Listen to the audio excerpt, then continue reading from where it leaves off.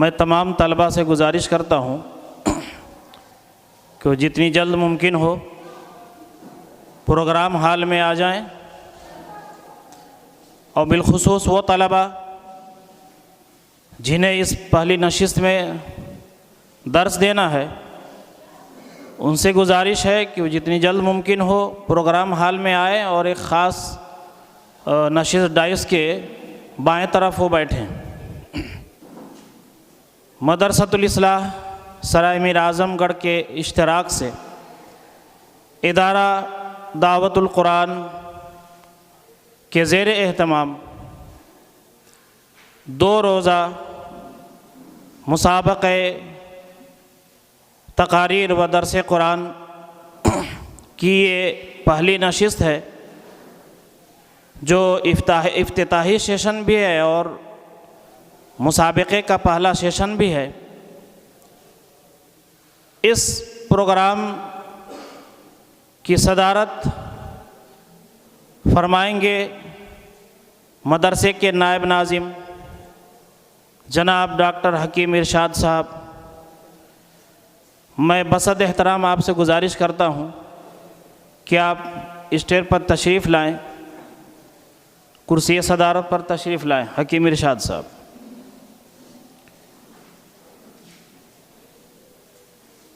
مہمان خصوصی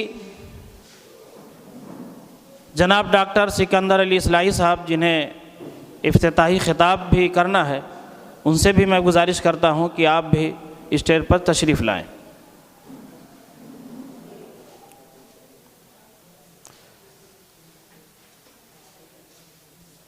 اور اب میں بلا تاخیر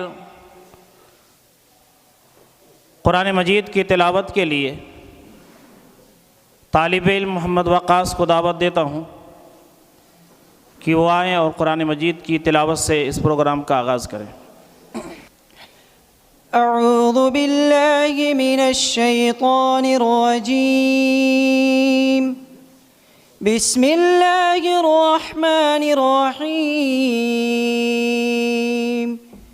اذا جاء نصر اللہ والفتح ورأيت الناس يدخلون في دين الله أفواجا فسبح بحمد ربك واستغفر إنه كان توابا صدق الله العظيم۔ تلاوت کلام اللہ کے بعد افتتاحی خطاب کے لیے میں مہمان خصوصی جناب ڈاکٹر سکندر علی اصلاحی صاحب کو زحمت دیتا ہوں۔ السلام علیکم ورحمۃ اللہ وبرکاتہ۔ سب سے پہلے تو میں اللہ تعالیٰ کا شکر ادا کرتا ہوں جس نے یہ موقع عنایت فرمایا کہ آج ادارہ دعوت القرآن لکھنؤ اور مادر علمی مدرسۃ الاصلاح کے اشتراک سے یہ طلبہ عزیز کے لیے ان کی صلاحیتوں کو پروان چڑھانے کے لیے، ان کو ایک پیغام دینے کے لیے یہ تقریری اور درس قرآن کا مسابقہ منعقد ہو رہا ہے۔ میں سب سے پہلے تو مدرسۃ الاصلاح کی انتظامیہ اور ان کے نمائندے اس وقت نائب ناظم محترم حکیم ارشاد احمد اعظمی صاحب اور تمام ذمہ داران و اساتذہ کا شکریہ ادا کرتا ہوں کہ انہوں نے یہ موقع عنایت فرمایا۔ میرے پیش نظر زندگی کا مقصد صرف اور صرف یہ ہے کہ اللہ کے دین کو اللہ کی سرزمین پر غالب کیا جائے۔ میری زندگی کا مقصد تیرے دین کی سرفرازی، میں اسی لیے مسلمان، میں اسی لیے نمازی۔ اور یہ سبق اور یہ مشن اور یہ نصب العین مجھے اسی مادر علمی مدرسۃ الاصلاح سے ملا ہے۔ اور میری کوشش اور کاوش رہتی ہے کہ اپنی مادر علمی کے نام کو روشن کروں، میری جو کچھ بھی سکت ہے اس کے مطابق میں جہاں بھی جاؤں اپنی مادر علمی کے پیغام کو پہنچاؤں اور اس کو عام کرنے کی کوشش کروں۔ مدرسۃ الاصلاح کا امتیاز ہے قرآن مجید میں اختصاص۔ ضروری بات ہے کہ اس مدرسے کی بنیاد قرآن و سنت ہے، اور اسی حیثیت سے یہ مدرسہ پہچانا جاتا ہے۔ پورے عالم میں اس کی شہرت قرآن کے امتیاز کے ساتھ ہے۔ ہم جیسے طالب علموں کی یا اس وقت جو طلباء زیر تعلیم ہیں ان کی یہ ذمہ داری بنتی ہے کہ وہ اس امتیاز کو نہ صرف یہ کہ باقی رکھیں بلکہ اس کو اور روشن کریں، اس کو اور ممتاز کریں۔ ضروری بات ہے کہ اس کے لیے طالب علمی کے زمانے میں سخت جد و جہد اور محنت کی ضرورت ہے۔ جہاں اساتذہ اپنا خون جگر جلاتے ہیں، جد و جہد اور کاوش کرتے ہیں، طلباء کو سکھانے کی کوشش کرتے ہیں، وہیں طلباء عزیز کی بھی ذمہ داری ہے کہ وہ اپنے اس وقت کو غنیمت سمجھیں۔ جو طالب علمی کا زمانہ انہیں میسر ہے یہ بہت قیمتی وقت ہے، اور صحیح بات یہ ہے کہ اس طالب علمی کے زمانے کے بعد یہ موقع کبھی زندگی میں میسر آنے والا نہیں ہے۔ اس لیے لازم ہے کہ اس وقت کی قدر کی جائے اور اپنی صلاحیتوں کو پروان چڑھایا جائے۔ پوری دنیا میں اس وقت حق اور باطل کی کشمکش اپنے عروج کو پہنچی ہوئی ہے۔ میں جب مثبت انداز میں دیکھتا ہوں تو یہ کہنے پر مجبور ہوتا ہوں کہ پوری دنیا میں اسلام غالب ہو چکا ہے۔ ہو سکتا ہے کہ آپ کو اتفاق نہ ہو، لیکن واقعہ یہ ہے کہ فکری اور نظریاتی اور علمی دنیا میں اسلام، دین اسلام بحیثیت ایک نظام زندگی کے اپنی علمی برتری ثابت کر چکا ہے۔ اب رہتا ہے معاملہ صرف مسلمانوں کا، امت مسلمہ کا۔ ہم اس میں کمزور ہیں۔ امت مسلمہ اپنے اعمال کے لحاظ سے، اسلام کی نمائندگی کرنے کے لحاظ سے بہت پیچھے ہے۔ اس لیے مدرسۃ الاصلاح کے فارغین اور یہاں کے طلباء کی بالخصوص یہ ذمہ داری بنتی ہے کہ خود بھی اپنے آپ کو قرآن و سنت میں ڈھالیں اور پوری امت مسلمہ کو اور اس سے آگے بڑھ کر تمام انسانوں کو اس پیغام اور اس قرآن و سنت کا جو نظام ہے، اسلامی نظام جسے کہا جاتا ہے، اس سانچے میں ڈھالنے کی کوشش کریں۔ ضروری بات ہے کہ دعویٰ بہت بلند ہے، بہت بڑا دعویٰ ہے، بہت بڑا چیلنج ہے، لیکن ناممکن نہیں ہے۔ اسی دعوے کے مطابق ہمیں اور آپ کو اپنے آپ کو تیار کرنا ہوگا۔ کامیاب وہی شخص ہوتا ہے جو اپنے نصب العین کو اپنے پیش نظر رکھتا ہے اور اس کے لیے جد و جہد کرتا ہے۔ آپ لاکھ کہتے رہیے کہ ہمارا طرح امتیاز قرآن مجید ہے، لیکن قرآن مجید سے آپ کا لگاؤ نہ ہو، آپ کے اندر شوق نہ ہو، آپ کا کوئی اس سے تعلق نہ ہو، تو ضروری بات ہے کہ یہ دعویٰ بے بنیاد ہوگا۔ تو جہاں یہ ذمہ داری یہ ذمہ داری بنتی ہے کہ ہم طلبہ مدرسۃ الاصلاح یا وابستگان مدرسۃ الاصلاح کو، جن کا دعویٰ یہ ہے کہ ہم قرآن مجید کے علمبردار ہیں، قرآن و سنت کے پیشوا ہیں، تو ضروری بات ہے کہ پھر ہمیں اسی لحاظ سے اپنے آپ کو تیار بھی کرنا ہوگا۔ مجھے کبھی کبھی کہنے میں تکلف ہوتا ہے، لیکن اس پیغام کو پیش کرنا چاہتا ہوں، اس بات کو پیش کرنا چاہتا ہوں کہ امت مسلمہ کے سامنے جس طرح سے ہم نے اس نعرے کو بلند کیا تھا کہ ہماری درسگاہ کا امتیاز اور اختصاص قرآن مجید ہے، شاید اس طرح سے ہم نے ابھی امت مسلمہ کے سامنے اپنے آپ کو پیش نہیں کیا ہے، یا بحیثیت مجموعی امت نے ہم کو ابھی قبول نہیں کیا ہے۔ اس لیے اس پہلو پر ہم کو غور کرنے کی ضرورت ہے، تمام ذمہ داران کو بھی، اساتذہ کو بھی اور طلبہ کو بھی، کہ آخر ہم وہ کون سا عمل کریں، وہ کون سا ہمارا لاہ عمل ہو، کون سا طریقہ کار ہو کہ پوری امت مسلمہ میں ہم کو قبول کرے اور قرآن مجید کی حیثیت سے، قرآن مجید کی نمائندگی کی حیثیت سے ہمارا جو مقام ہے، اس درسگاہ کا جو مقام ہے، اس کو حاصل ہونا چاہیے۔ ضروری بات ہے کہ اس کے لیے آپ کو علمی تیاری بھی کرنی ہوگی، اور وسائل و ذرائع کی دنیا ہوتی ہے، وسائل و ذرائع بھی اختیار کرنے ہوں گے، اس کے لیے جد و جہد اور کوشش بھی کرنی ہوگی۔ صرف اپنے محدود دائرے میں رہ کر کے دعویٰ کرنا اور اس پر خوش رہنا یہ کافی نہیں ہے، بلکہ عملی دنیا میں آ کر کے مقابلہ کرنا، چیلنج کو قبول کرنا اور ہر سطح پر ہر طرح سے اپنے آپ کو تیار کرنا، یہ لازمی حصہ ہے، لازمی ہے۔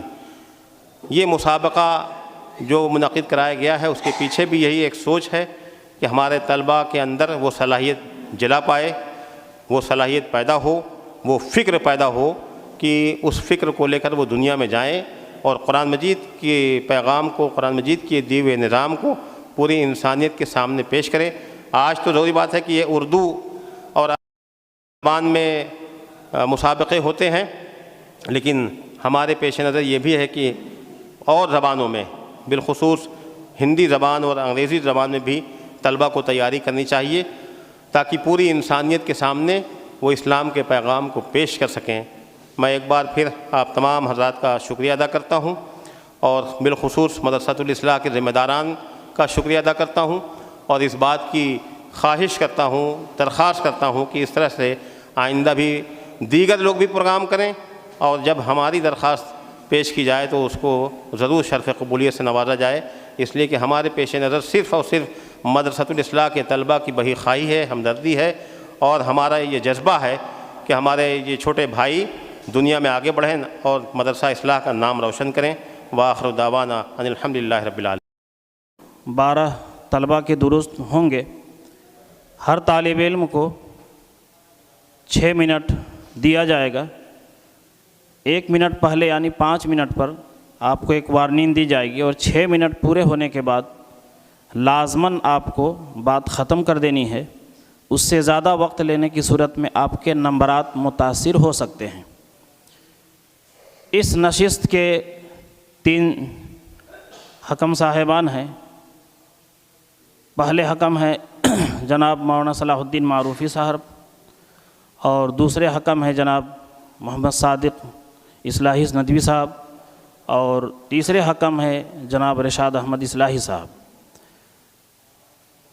طلبہ ذہن میں رکھیں کہ 50 نمبر کل ہے، اور تلاوت پہ 5 نمبر ہے۔ آپ کے درس میں جو مواد ہوں گے اس پر 25 نمبر ہے، اور اسلوب پر 20 نمبر ہے۔ آپ تلاوت، اسلوب اور مواد ساری چیزوں کو پیش نظر رکھیں، اور وقت ضائع کیے بغیر میں پہلے شریک اجلاس طالب علم محمد احد راجہ پور سکرور کو دعوت دیتا ہوں کہ وہ آئیں۔ محمد احد راجہ پور سکرور نہیں آئے ہیں۔ دوسرے شریک جلسہ ہیں محمد اسجد قمرہ گہنی، سورہ سبا آیت 31 تا آیت 34 کا درس دیں گے محمد اسجد قمرہ گہنی۔ اعوذ باللہ من الشیطان الرجیم، بسم اللہ الرحمن الرحیم۔ وقال الذین کفروا لن نؤمن بهذا القرآن ولا بالذی بین یدیہ، اور کافروں نے کہا ہم اس قرآن پر ہرگز ایمان نہ لائیں گے، اور اس کے آگے جو ہے اس پر ہمیں تو پہلے یہ بات سمجھ لینی چاہیے کہ قرآن کے مخاطب اول جو اہل قریش ہیں، جیسا کہ اللہ تعالیٰ نے پیچھے فرمایا ہے کہ لکل قوم ہاد، ہم نے ہر ایک قوم کے لیے ایک رہنما بنا کر بھیجا۔ تو اس لیے اہل عرب جو جاہل قوم تھی، تو ان کی اہل عرب ایک جاہل قوم تھی، تو ان کے لیے رسول اللہ صلی اللہ علیہ وسلم کو بھیجا اللہ نے رہنما بنا کر،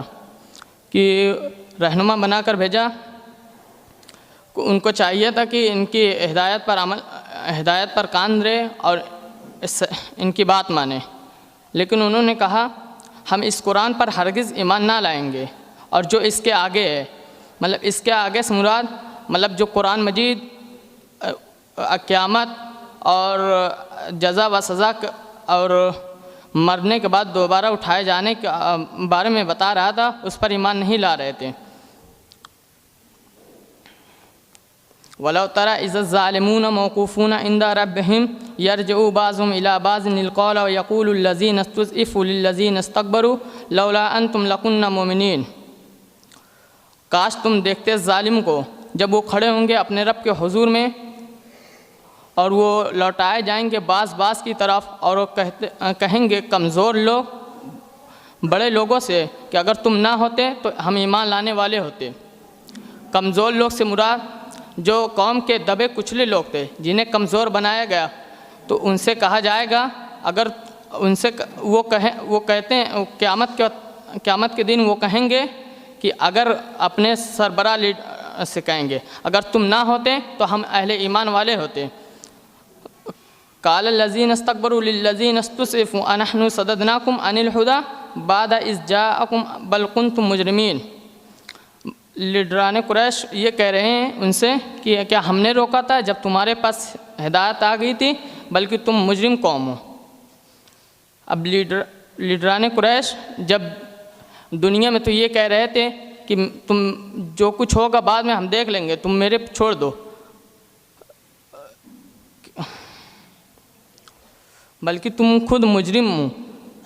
وقال الذین استضعفوا للذین استکبروا بل مکر اللیل والنہار اذ تأمروننا ان نکفر باللہ ونجعل لہ اندادا۔ اور کمزور لوگ کہیں گے ان لوگوں جنہوں نے گھمنڈ کیا، بلکہ تم آتے تھے ہمارے پاس رات اور دن اور ہمیں حکم دیتے تھے کہ ہم کفر کریں اور اللہ کے ساتھ شریک بنائیں۔ جو سماج کے کمزور لوگ ہوں گے وہ قیامت کے دن انہی لوگ سے کہیں گے کہ بلکہ تم ہمارے پاس آتے تھے اور ہمیں حکم دیتے تھے کہ ہم اللہ کے ساتھ شرک کریں۔ وَأَسَرُّوا النَّدَامَةَ لَمَّا رَأَوُا الْعَذَابَ، اور وہ ندامت کو چھپائیں گے جب وہ عذاب کو دیکھیں گے۔ ندامت سے چھپانے کا مطلب جب وہ اہل کمزور لوگ اپنے دل میں جو ان کے دل کے اندر جو شرمندگی ہوں گی وہ چھپائیں گے قیامت کے دن۔ وَجَعَلْنَا الْأَغْلَالَ فِي أَعْنَاقِهِمِ الَّذِينَ كَفَرُوا هَلْ يُجْزَوْنَ إِلَّا مَا كَانُوا يَعْمَلُونَ۔ اور ہم تمہاری گردنوں کے اندر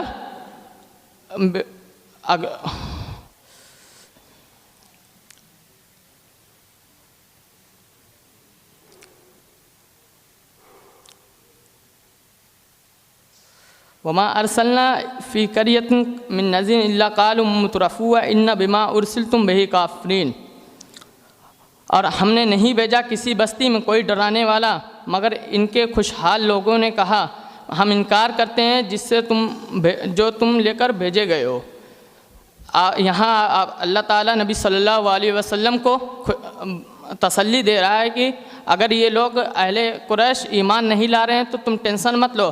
آپ صلی اللہ علیہ وسلم اداس رہتے کہ میرے سمجھانے میں کوئی کمی ہے یا یہ قرآن ان کے سمجھ میں نہیں آ رہا ہے، تو اللہ تعالیٰ کہہ رہے ہیں کہ اللہ قال مترفوها، نہیں کہا مگر ان کے خوشحال لوگوں نے کہ ہم انکار کرتے ہیں۔ مطلب ہر زمانے میں جو نبی آیا ان کی قوم نے اس نبی کو جھٹلایا۔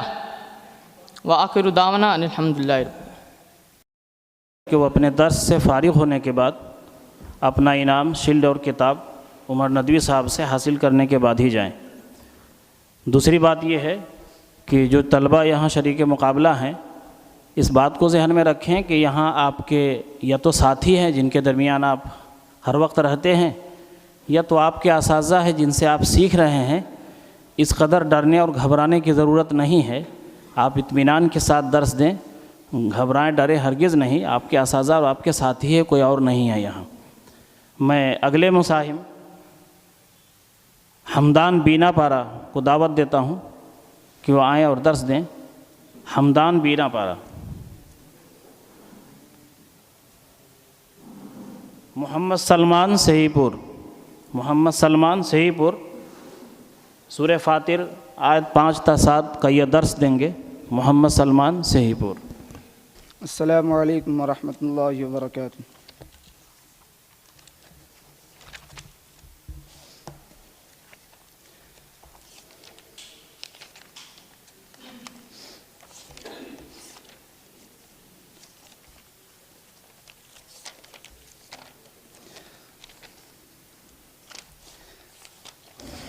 اعوذ باللہ من الشیطان الرجیم. بسم اللہ الرحمن الرحیم. یا ایہا الناس ان وعد اللہ حق فلا تغرنکم الحیاة الدنیا ولا یغرنکم باللہ الغرور. ان الشیطان لکم عدو فاتخذوه عدوا انما يدعو حزبه ليكونوا من اصحاب السعیر. الذین کفروا لهم عذاب شدید والذین آمنوا وعملوا الصالحات لهم مغفرۃ واجر کبیر. اے لوگو، بے شک اللہ کا وعدہ شدنی ہے، پس تم کو دنیا کی زندگی ہرگز دھوکے میں نہ رکھے اور تم کو اللہ کے بارے میں بڑا دھوکے باز دھوکے میں نہ رکھے. بے شک شیطان تمہارا دشمن ہے تو تم لوگ بھی اس کو اپنا دشمن سمجھو. وہ تو محض اپنے گروہ کو بلاتا ہے تاکہ وہ لوگ جہنم والوں میں سے ہو جائیں، اور وہ لوگ جنہوں نے کفر کیا ان کے لیے سخت عذاب ہے، اور وہ لوگ جو ایمان لے آئے اور عمل صالحہ کیا ان کے لیے مغفرت اور اجر عظیم ہے. محترم صدر مجلس اور سامعین کرام، میں نے ابھی آپ کے سامنے سورہ فاتر آیت 5 تا 7 کی تلاوت کی اور اس کا ترجمہ پیش کیا. اس آیت میں اللہ تعالیٰ کفار کو دھمکی دے رہا ہے کہ جس بات سے حضور صلی اللہ علیہ وسلم تم کو ڈرا رہے ہیں اس کو ہوائی بات نہ سمجھو. اللہ کی وعید شدنی ہے. اس وقت دنیا میں جو تمہیں عزت و بلندی حاصل ہے وہ ہرگز تمہیں دھوکے میں نہ رکھے. تم اپنی موجودہ رفاہیت کو اپنی رویے کی صحت کی دلیل گمان کرتے ہو اور حضور صلی اللہ علیہ وسلم کا مذاق اڑاتے ہو اور کہتے ہو کہ بھلا ہم پر عذاب کیوں اور کدھر سے آ جائے گا. مگر جب اللہ کے عذاب کے ظہور کا وقت آئے گا تو تم لوگ دیکھ لو گے کہ جس چیز سے تمہیں ڈرایا جا رہا تھا وہ بالکل تمہارے سامنے موجود ہے. وَلَا يَغُرَّنَّكُمْ بِاللَّهِ الْغَرُورُ. غرور سے مراد ابلیس لعین ہے، جو اکثر لوگوں کو اللہ تعالیٰ کے باب میں اس طرح سے ورغلاتا ہے کہ اللہ تعالیٰ رحیم کریم ہے، شفیق اور مغفرت کرنے والا ہے. تمہیں کس بات کی فکر ہے؟ تم نے کون سے بڑے گناہ کیے ہیں؟ اور یہ سودی کاروبار، یہ حرام کام، اس میں کون سی بڑی بات ہے؟ یہ تو تمام لوگ کرتے ہیں. اور فلاں غلط کام اگر تم سے ہو گئے ہیں تو اس میں ڈرنے کی کوئی بات نہیں ہے، کیونکہ اللہ تو غفور الرحیم ہے. وہ گنہگاروں کو بخش دیتا ہے تو وہ تمہیں بھی بخش دے گا. چنانچہ جس راستے پر تم چل رہے ہو چلتے رہو. اللہ تعالیٰ کی شان کریمی اور صفت غفاری کے نام پر انسان کو دھوکے میں ڈالنے کا یہ ایک قدیم ابلیسی حربہ ہے، جس سے اللہ تعالیٰ اس آیت میں انسانوں کو خبردار کر رہا ہے کہ دیکھو یہ ابلیس بہت بڑا دھوکے باز ہے، تمہیں دھوکے میں نہ ڈالے، کہیں اللہ کی رحمت کا حوالہ دے دے کر تم کو گمراہ نہ کر دے. مگر آج مسلمان شیطان کا سب سے آسان شکار ہو گیا ہے. جن لوگوں کو آگاہ کیا جا رہا ہے وہی ان کے چنگل میں پھنسے جا رہے ہیں. آج ہم میں سے اکثریت کے ہی گمان ہے کہ ابھی تو ہماری پوری زندگی باقی ہے، جوانی میں عیش کر لیتے ہیں، پھر جب بڑھاپا آئے گا تو ہم لوگ اللہ کی عبادت کر لیں گے اور اپنی گناہوں کی مغفرت کرا لیں گے. یہ اس دلیل کے طور پر کہتے ہیں کہ اللہ تو غفور الرحیم ہے، وہ اپنے گنہگار بندوں کو بخش دے گا. حدیث میں آتا ہے کہ بڑھاپے سے پہلے جوانی کو غنیمت سمجھو، اس لیے کہ اللہ تعالیٰ کو جوانی کی عبادت بہت زیادہ پسند ہے. صرف رحیم اور غفور کی صفات یاد کر کے جوانی کو برباد کر دینا عقل مندی نہیں ہے، بلکہ یہ بھی یاد رکھنا چاہیے کہ انہ عزیز ذو انتقام، وہ غلبے والا اور انتقام لینے والا ہے. وہ اپنے تمام گنہگار بندوں سے انتقام لے گا. کہیں ایسا نہ ہو کہ بڑھاپے کے انتظار میں جوانی برباد ہو جائے اور بڑھاپے سے پہلے موت آ جائے. اگر اسی غفلت و لاپرواہی میں، عصیان و نافرمانی میں موت کا سامنا کرنا پڑ گیا تو یاد رکھو اللہ تعالیٰ کیا ارشاد فرماتا ہے، الذین اتخذوا دینہم لہوا ولعبا وغرتہم الحیاۃ الدنیا فَالْيَوْمَ نَنْسَاهُمْ كَمَا نَسُوا لِقَاءَ يَوْمِهِمْ هَذَا ان الشیطان، یعنی جو لوگ اپنے دین کو کھیل اور تفریح بنا لیا، جن لوگوں کو دنیا کی زندگی نے فریب میں مبتلا کر رکھا، آج ہم ان کو اسی طرح بھول جائیں گے جیسا کہ وہ اس دن کی ملاقات کو بھول گئے۔ ان الشیطان لکم عدو فاتخذوہ عدوا، شیطان کو دشمن سمجھو۔ اس آیت میں اللہ تعالیٰ فرماتا ہے کہ شیطان تمہارا ازلی دشمن ہے، تم اس کے بہکاوے میں نہ آؤ، وہ دشمن ہے تو دشمن ہی سمجھو۔ یہ کہا کہ عقل مندی ہے کہ ہم اپنے دشمن کو اپنا مرشد سمجھ لیں اور اپنی باغ اس شیطان کے حوالے کر دیں۔ جو لوگ اپنی باغ شیطان کے حوالے کر دیتے ہیں، شیطان ان کو جہنم تک پہنچا کر چھوڑتا ہے۔ اس لیے ہم تمام لوگ شیطان کے مکر و فریب سے ہمیشہ چوکنا رہیں۔ شیطان انسان کو ہر وقت گمراہ کرے گا۔ اس نے اللہ تعالیٰ کو چیلنج کیا ہے، فَبِعِزَّتِكَ لَأُغْوِيَنَّهُمْ أَجْمَعِينَ۔ تو جو لوگ شیطان کے وسوسے میں پھنس جائیں گے تو ان کے بارے میں اللہ تعالیٰ ارشاد فرماتا ہے، لَأَمْلَأَنَّ جَهَنَّمَ مِنْكَ وَمِمَّنْ تَبِعَكَ مِنْهُمْ أَجْمَعِينَ۔ اس لیے عقل مندی اسی میں ہے کہ اپنے آپ کو شیطان کے وسوسے سے بچا لے جائیں۔ پھر اللہ تعالیٰ فرماتا ہے کافروں کے لیے سخت عذاب اور مومنوں کے لیے اجر عظیم ہوگا۔ اس لیے اللہ تعالیٰ کے باب میں کوئی اس دھوکے میں نہ رہے کہ جس دن کہ دنیا میں بدی اور نیکی اور بدی، خیر اور شر کا سلسلہ یوں ہی چلتا رہے گا، کبھی کوئی حساب نہ ہوگا۔ یقیناً ایک دن ایسا آئے گا جس دن کافروں کو سخت عذاب سے دوچار ہونا پڑے گا اور مومنوں کو اجر عظیم سے نوازا جائے گا۔ اللہ تعالی ہم تمام لوگوں کو شیطان کے وسوسے سے بچنے کی توفیق عطا فرمائے۔ وآخر دعوانا الحمدللہ۔ اگلے مصاحم ہے سمیع اسد طوا۔ سمیع اسد طوا سورہ فاطر آیت نمبر 15 تا 18 کا یہ درس دیں گے۔ سمیع اسد طوا۔ اعوذ باللہ من الشیطان الرجیم، بسم اللہ الرحمن الرحیم۔ يا أيها الناس أنتم الفقراء إلى الله والله هو الغني الحميد إن يشأ يذهبكم ويأتي بخلق جديد وما ذلك على الله بعزيز ولا تزر وازرة وزر أخرى وإن تدع مثقلة إلى حملها لا يحمل منه شيئا ولو كان ذا قربى إنما تنذر الذين يخشون ربهم بالغيب وأقاموا الصلاة ومن تزكى فإنما يتزكى لنفسه وإلى الله المصير۔ صدق اللہ العلی العظیم۔ اس قرآنی اور نورانی پروگرام کی صدارت کر رہے عزت مآب جناب مولانا حکیم ارشد اصلاحی صاحب، حکم صاحبان، مہمانان گرامی قدر، اساتذہ کرام اور عزیز ساتھیوں، السلام علیکم ورحمۃ اللہ وبرکاتہ۔ میں نے جو آیت تلاوت کی اس کا ترجمہ آپ کے سامنے پیش کرنا چاہتا ہوں۔ اے لوگو تم اللہ کے محتاج ہو، اللہ تو بے نیاز اور ستودہ صفات ہے، اگر وہ چاہے تمہیں فنا کر دے اور ایک نئی مخلوق لا کھڑی کرے، یہ اللہ کے لیے ذرا بھی مشکل نہیں، اور کوئی جان کسی دوسرے جان کا بوجھ اٹھانے والی نہیں بنے گی، اور اگر کوئی بوجھل جان اپنے بوجھ کے اٹھانے میں کسی سے طالب مدد ہوگی تو اس میں ذرا بھی اس کا ہاتھ نہیں بٹایا جائے گا، گرچہ وہ قرابت مند ہی کیوں نہ ہو۔ تم بس انہی لوگوں کو ڈرا سکتے ہو جو غیب میں رہتے، اپنے رب سے ڈرتے اور نماز کا اہتمام کرتے، اور جو پاکی حاصل کرتا ہے وہ اپنے لیے حاصل کرتا ہے اور اللہ ہی کی طرف سب کی واپسی ہے۔ میں نے آپ کے سامنے سورہ فاطر 15 تا 18 4 آیات ترجمہ کے ساتھ پیش کی۔ اس میں انسانوں سے کہا گیا اپنی حقیقت پر غور کرو، اپنے تعلق باللہ کا جائزہ لو، اور نبی کریم صلی اللہ علیہ وسلم کو تسلی دی جاتی ہے کہ آپ صبر کریں۔ آپ کی دعوت انہی پر اثر انداز ہو سکتی ہے جن میں زندگی کی کچھ رمق باقی ہو۔ تلاوت شدہ ابتدائی 3 آیات میں اللہ تبارک و تعالیٰ نے انسان اور رب کے تعلق کو واضح کیا اور یہ بتایا کہ جب انسانوں کو اندھیروں سے نکل کر روشنی میں آنے کی اور ضلالت کے بدلے ہدایت اختیار کرنے کی دعوت دینی ہو تو اس وقت ان کو ان کی حقیقت یاد دلانا انتہائی ضروری ہے۔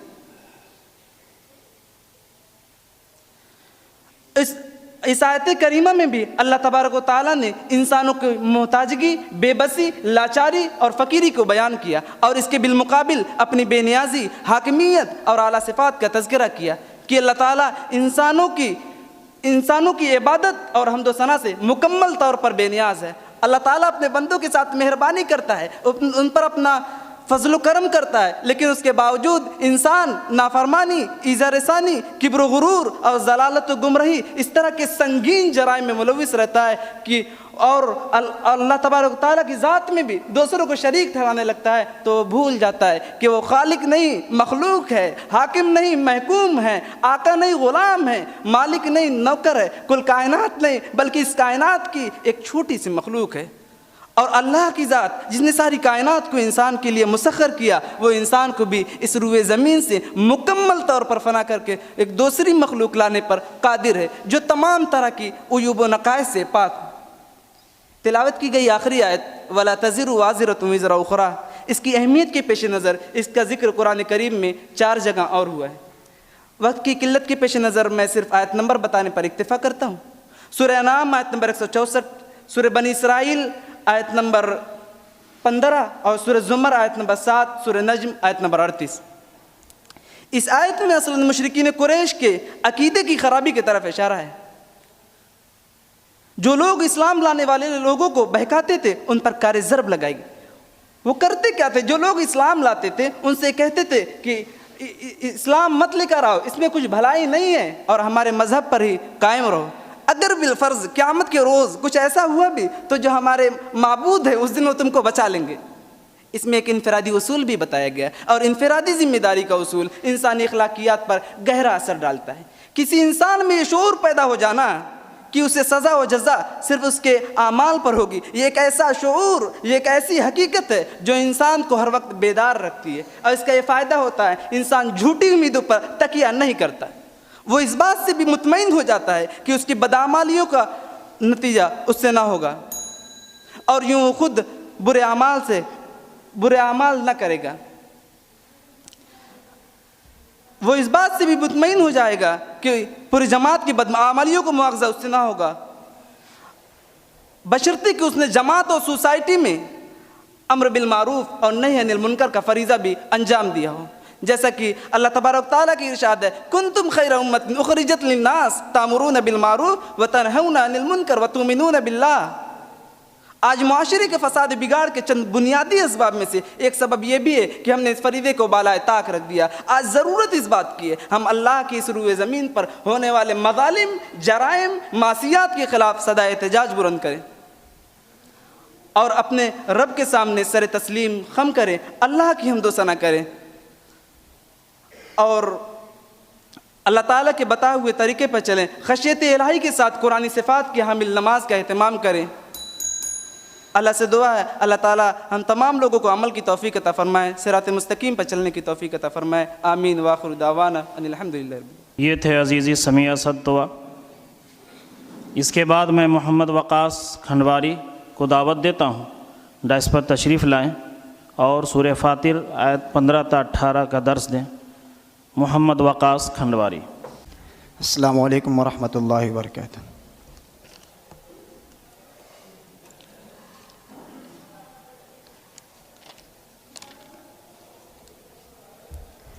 اعوذ باللہ من الشیطان الرجیم بسم اللہ الرحمن الرحیم یا ایہا الناس انتم الفقراء الی اللہ واللہ هو الغنی الحمید ان یشأ یذہبکم ویأت بخلق جدید وما ذلك علی اللہ بعزیز ولا تزر وازرة وزر أخرى وإن تدع مثقلة إلى حملها لا يحمل منه شيء ولو كان ذا قربى إنما تنذر الذين يخشون ربهم بالغيب وأقاموا الصلاة وما تزكى فإنما يتزكى لنفسه وإلى الله المصير۔ صدق اللہ العظیم۔ صدر مجلس، حکم صاحبان اور میرے عزیز ساتھیوں، میں نے ابھی آپ کے سامنے سورہ فاطر آیت نمبر 15 تا 18 کی تلاوت کی ہے، جس کا ترجمہ یہ ہے اے لوگوں تم اللہ ہی کے محتاج ہو اور اللہ بے نیاز ہے اور حمید ہے. اگر وہ چاہے تم کو لے جائے اور تمہاری جگہ ایک نئی مخلوق لے کر آئے. وما ذلک علی اللہ بعزیز، اور اللہ پر یہ ذرا بھی مشکل نہیں ہے. ولا تزر وازرۃ وزر اخری، اور کوئی نفس کسی کا بوجھ نہیں اٹھائے گی. وَيَتَدْعُ مُثْقَلَةٍ إِلَىٰ حِمْلِهَا، اور اگر کوئی گناہوں سے لدا ہوا بوجھ، اگر کوئی نفس اگر گناہوں سے لدا ہوگا اور وہ کسی سے کہے گا کہ میرا بوجھ اٹھا لو، تو اس کا بوجھ نہیں اٹھایا جائے گا اگرچہ وہ اس کا رشتہ دار ہی ہو. انما تنذر الذین، محض آپ صلی اللہ علیہ وسلم محض آپ ہی انہی لوگوں کو ڈرا سکتے ہیں جو اپنے رب سے غیب میں ڈرتے ہیں اور نماز قائم کرتے ہیں. اور جو پاکی حاصل کرتا ہے وہ محض اپنے نفس کے لیے پاکی حاصل کرتا ہے. وَإِلَى اللَّهِ الْمَصِيرُ، اور تمام لوگوں کو اللہ ہی کی طرف لوٹ کر جانا ہے. یا ایھا الناس انتم الفقراء الی اللہ، اے لوگوں تم اللہ ہی کے محتاج ہو. یہ خطاب جہان کے تمام انسانوں سے کیا گیا ہے کہ تم اپنے صحت کے لیے، تم اپنے رزق کے لیے اور تم اپنے زندگی کے بقا کے لیے، غرض کی ہر ایک چیز کے لیے اللہ ہی کے محتاج ہو. اگر ہم یہ سوچتے ہیں کہ ہم اللہ کی عبادت کرتے رہے، اللہ کی بندگی کرتے رہے، اللہ کی اطاعت کرتے رہے تو اللہ کی اللہیت، اللہ کی الوہیت باقی رہے گی، تو یہ ہماری غلط فہمی ہے. ہماری عبادت، ہماری پرستش، ہماری اطاعت یہ محض ہمارے فائدے کے لیے ہے، کیونکہ ہم کمزور ہیں. ہمارے بارے میں قرآن کہتا ہے وَخُلِقَ الْإِنسَانُ ضَعِيفًا، اور اللہ بے نیاز ہے. اس کا مطلب اللہ کا کوئی کام ہم سے نہیں اٹکا ہے. اللہ کے اندر جو کمال ہے وہ کامل اور مکمل ہے. اور اللہ تعالی حمید ہے. حمید کہتے ہیں جس کے اندر ساری صفات موجود، اچھی صفات موجود ہو، جو قابل تعریف ہو، جو اپنے آپ میں محمود ہو. یعنی اللہ تعالیٰ اپنے آپ میں ایک محمود ہے. ہم یہ سوچتے ہیں اگر ہم اللہ تعالیٰ کی تعریف کرتے رہے تو اللہ تعالیٰ محمود ہو اور محمود رہے گا. اگر ہم اللہ تعالیٰ کی تعریف نہیں کریں گے تو اللہ تعالیٰ محمود نہیں رہے گا. یہ ہماری غلط فہمی ہے. چونکہ اللہ تعالیٰ حمید ہے اور اللہ تعالیٰ کے اندر اللہ تعالیٰ ہر اچھی صفت سے متصف ہے، اس لیے اللہ تعالیٰ ہمارے اوپر یہ مہربانی کر رہا ہے، ہم کو خبردار کر رہا ہے کہ اے بندوں مجھے جان کر مان کر میری فرما برداری کرو، مجھے جان لو، پہچان لو، تمہاری آخرت اور دنیا اور آخرت دونوں بن جائے گی. وَإِن يَشَأْ يُذْهِبْكُمْ وَيَأْتِ بِخَلْقٍ جَدِيدٍ، اگر اللہ تعالیٰ چاہے تو ہم کو فنا کر کے ایک نئی مخلوق لا کر سکتا ہے. اگر آج ہم اللہ تعالیٰ کی عبادت اور اطاعت نہ کریں تو اللہ تعالیٰ جب چاہے گا ہم کو مٹا کر رکھ دے گا اور ہماری جگہ کوئی ایک نئی مخلوق لے کر آئے گا. آپ پرانے واقعات یاد کریے. فرعون اتنا بڑا بادشاہ جو کہتا تھا انا ربکم الاعلی، اس کا کیا حشر ہوا؟ اللہ تعالیٰ نے اس کو مٹا دیا، اس کی جگہ دوسرے قوم کو لا کے کھڑا کر دیا. نوح علیہ السلام کو آپ یاد کریے، تقریباً 1000 سال تک انہوں نے محنت کی اپنی قوم پر. جب ان کی قوم نے ایمان نہیں لایا، ان کی بات نہیں مانی تو اللہ تعالیٰ نے ان کو مٹا دیا. فرعون کے بارے میں قرآن کہتا ہے جو ان کا مکان تھا، ان کے کھیت تھے، تمام چیزیں دوسرے کے حوالے کر دی گئی. کم ترکوا من جنات وعیون وزروع ومقام کریم. آگے اللہ تعالیٰ کہتے ہیں وما ذلک علی اللہ بعزیز، اور یہ میرے اوپر ذرا بھی مشکل نہیں ہے. آپ اس کی مثال کچھ اس طرح سمجھیے کہ اگر کوئی شخص یہ چاہے کہ میں لوگوں سے اگر ہم چاہیں کہ اپنے دوستوں وغیرہ سے لڑائی جھگڑا کر لے اور پھر ایک نیا دوست بنا لے، ایک نئی دنیا قائم کر لے، تو ہم سے نہیں ہوگا. لیکن یہ اللہ پر مشکل نہیں ہے. وَلَا تَزِرُ وَازِرَةٌ وِزْرَ أُخْرَىٰ، اور کوئی بوجھ اٹھانے والا نفس کسی دوسرے کا بوجھ نہیں اٹھائے گا. یہ اس آیت کا پس منظر یہ ہے کہ جب حضور صلی اللہ علیہ وسلم لوگوں کو سمجھا رہے تھے، بجھا رہے تھے، تو کچھ لوگ ان کے قریب آ رہے تھے. لیکن یہ جو مکہ کے جو قریش کے جو وہ تھے سردار تھے، چونکہ وہ اپنے آپ کو سردار بن رہے تھے، وہ چاہتے تھے کہ اگر یہ لوگ آپ صلی اللہ علیہ وسلم کے قریب ہو جائیں گے تو میری چودراہٹ چلی جائے گی. تو انہوں نے کہا کہ یہ کہاں پھر جا رہے ہو اپنے آبا و اجداد کے دین کو چھوڑ کر؟ کہاں جا رہے ہو محمد کے پیچھے؟ کوئی قیامت امت نہیں آنے والی ہے، کوئی آخرت نہیں ہونے والی ہے. اگر قیامت آئے گی تو ہم آپ کی جگہ تمہارے عذاب کو جھیل لیں گے. تو اسی چند بات پر ختم کرتے ہو. آخر دعوانا الحمدللہ رب العالمین. یہ تھے طالب علم محمد وقاص کھنڈواری. ہماری فہرست میں اگلا نام ہے دانیال ناصر سورہی کا. دعوت دیتا ہوں ڈائس پہ تشریف لائیں اور متعینہ آیت سورہ یاسین آیت نمبر 12 تا 17 کا درس دیں گے دانیال ناصر سورہی۔ السلام علیکم ورحمۃ اللہ وبرکاتہ۔ انا نحن نحيي الموت ونكتب ما قدموا وآثارهم وكل شيء أحصيناه في إمام مبين واضرب لهم مثلا أصحاب القرية إذ جاءها المرسلون إذ أرسلنا إليهم اثنين فكذبوهما فعززنا بثالث فقالوا إنا إليكم مرسلون قالوا ما أنتم إلا بشر مثلنا وما أنزل الرحمن من شيء إن أنتم إلا تكذبون قالوا ربنا يعلم إنا إليكم لمرسلون وما علينا إلا البلاغ المبين۔ بے شک ہم مردوں کو زندہ کریں گے اور ہم لکھ رہے ہیں جو کچھ انہوں نے آگے کے لیے بڑھایا اور جو کچھ انہوں نے پیچھے کے لیے چھوڑا، اور ہم نے ہر چیز کو ایک واضح کتاب میں محفوظ کر لیا ہے۔ ان کو مثال دو بستی والوں کی جب کہ ان کے پاس رسول آئے، جب کہ ہم نے ان کے پاس 2 رسول بھیجے تو لوگوں نے ان کی تکذیب کی، تو ہم نے تیسرے سے ان کی تائید کی، تو انہوں نے کہا کہ ہم تمہاری طرف رسول بن کر آئے۔ لوگوں نے جواب دیا تم نہیں ہو مگر ہمارے جیسے ایک بشر، اور خدائے رحمان نے کچھ بھی نازل نہیں کیا، تم لوگ بالکل جھوٹ دعویٰ کرتے ہو۔ انہوں نے کہا، رسولوں نے کہا کہ ہمارا رب گواہ ہے کہ ہم تمہاری طرف رسول بن کر آئے اور ہماری ذمہ داری بس واضح طور پر پہنچا دینے کی ہے۔ انا نحن نحيي الموت ونكتب ما قدموا وآثارهم وكل شيء أحصيناه في إمام مبين۔ اس آیت مبارکہ میں روز جزا کی یاد دہانی ہے۔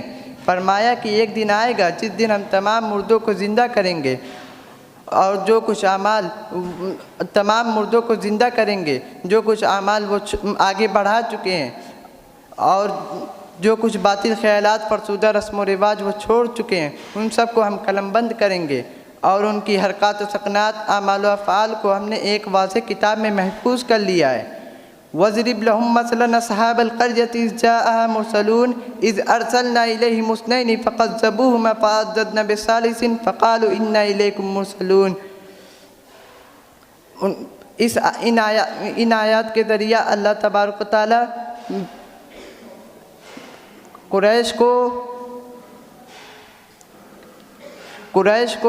قریش کے سامنے رسولوں کی تکذیب کا انجام واضح کرنے کے لیے ایک بستی کی مثال پیش کرتا ہے جہاں اللہ تبارک و تعالیٰ نے دین حق کی اشاعت کے لیے 2 رسول بھیجے، لیکن ان قوموں نے دوسری قوموں کی طرح ان کی تکذیب کی، انہیں جھٹلایا، ان کی باتوں پر کان دھرنا تک گوارا نہ کیا، لیکن ان کی باتوں پر کان دھرنا تک گوارا نہ کیا۔ اللہ تبارک و تعالیٰ نے اپنے رسولوں کی تائید کے لیے اور ان کی تعلیمات کو مزید تقویت پہنچانے کے لیے اپنے تیسرے بندے صالح کو اپنے رسولوں کی تائید و حمایت کے لیے اٹھایا۔ قالوا ما انتم الا بشر مثلنا وما انزل الرحمن من شيء ان انتم الا تكذبون۔ اس آیت میں وہی اعتراض ہے جو دیگر مکذبین اپنے رسولوں کے خلاف کیا کرتے تھے۔ فرمایا کہ ایسی کوئی تم تو ہماری ہی طرح ایک بشر ہو، ایسی کوئی چیز جس طرح ہم کھاتے ہیں پیتے ہیں چلتے ہیں اسی طرح تم بھی ہو، ایسی کوئی چیز نہیں جو ہم پر تمہاری افضلیت کو ثابت کرے، اور اگر خدا کو کوئی رسول بھیجنا ہی ہوتا تو وہ کسی برتر یا کسی فرشتے یا کسی باحیثیت شخص کو رسول بناتا۔ تم تو ہماری ہی طرح ایک انسان ہو ہمارے ہی طرح ایک انسان ہو، اور رہی یہ تمہاری بات کہ اللہ نے تم پر وحی نازل کی یا کتاب نازل کی، تو یہ بات بالکل جھوٹ ہے۔ قالوا ربنا يعلم إنا إليكم لمرسلون وما علينا إلا البلاغ المبين۔ مکذبین کی تکذیب کے جواب میں رسولوں نے قسم کھا کر فرمایا، بے شک ہم اپنے رب خدا کے بھیجے ہوئے رسول ہیں، اگرچہ تم ہماری تکذیب کرتے ہو، ہمیں جھٹلاتے ہو تو کرو، اس سے ہمیں کوئی نقصان نہیں پہنچنے والا۔ کیونکہ جو ہمارے رب نے جو ہمیں ذمہ داری دی اسے ہم نے بحسن خوبی ادا کیا اور اسے لوگوں تک پہنچایا. اس کے باوجود تم ہماری نافرمانی کرتے ہو, ہماری تکذیب کرتے ہو, تو اس کے ذمہ دار تم خود ہوگے اور اس کے انجام کے ذمہ دار تم خود ہوگے. خلاصہ کلام ان آیات کے ذریعہ اللہ تعالیٰ اپنے رسول اپنے نبی حضرت محمد صلی اللہ علیہ وسلم اور اپنے نبی حضرت محمد صلی اللہ علیہ وسلم اور اہل قریش کو تنبیہ بھی کرنا چاہتا ہے کہ اس سے پہلے بھی قوموں نے اپنے رسولوں کی تکذیب کی, انہیں جھٹلایا, ان کو ذلیل و رسوا کیا. آپ کی ذمہ داری بس لوگوں تک واضح طور پر پہنچا دینا ہے. جیسا کہ اللہ تعالیٰ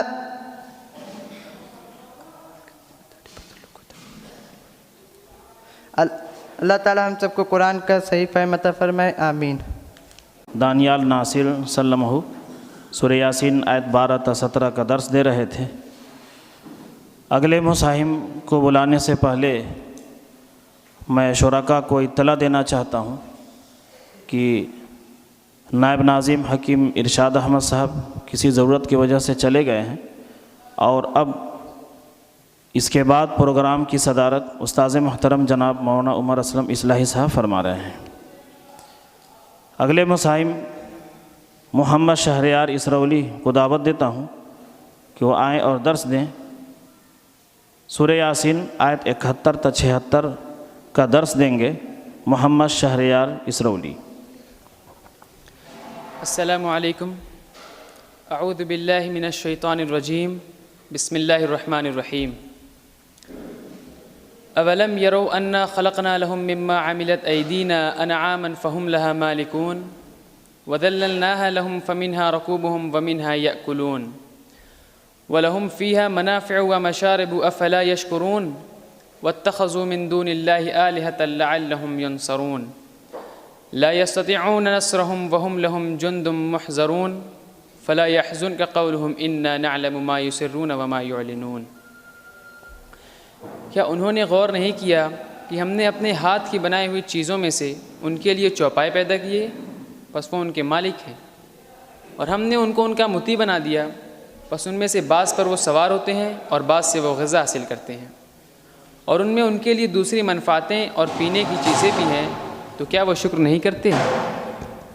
اور انہوں نے اس توقع پر اللہ کے سوا دوسرے معبود بنائے کہ ان کی مدد کی جائے گی. وہ ان کی مدد نہیں کر سکیں گے بلکہ وہ ان کے حاضر کی ہوئی فوج بنیں گے. بس تمہیں ان کی باتیں مبتلا غم نہ کرے, بے شک ہم جانتے ہیں جو کچھ وہ چھپاتے اور جو کچھ وہ ظاہر کرتے ہیں. محترم صدر جلسہ, استاذ محترم اور میرے عزیز ساتھیوں, میں نے آپ کے سامنے سورہ یاسین کی آیت نمبر 71 تا 76 کی تلاوت کی ہے اور اس کا ترجمہ پیش کیا ہے. ان آیات کا موقع محل سمجھنے کے لیے اس سورہ کی آیت نمبر 33 تا 35 کو پیش نظر رکھنا چاہیے. جس طرح وہاں قرآن کے انداز اور اس کی دعوت توحید کا حوالہ دینے کے بعد بعض آیت ربوبیت کی طرف توجہ دلائی ہے, پھر خدا ہی کی شکر گزاری کا مطالبہ کیا ہے, اسی طرح یہاں بھی قرآن کی دعوت کو تائید نے اپنی ربوبیت کی چند نشانیوں کی طرف توجہ دلانے کے بعد خدا ہی کی شکر گزاری کا مطالبہ کیا ہے. اولم یروا انا خلقنا لهم مما ایدینا, فرمایا کہ کیا وہ لوگ غور نہیں کرتے کہ ہم نے اپنی قدرت و حکمت سے ان کے لیے چوپائے پیدا کیے اور ان کو ان کا مالک بنا دیا. وہ ان پر پوری آزادی سے مالکانہ تصرف کرتے اور اپنی تمام ضروریات میں ان کو استعمال کرتے ہیں.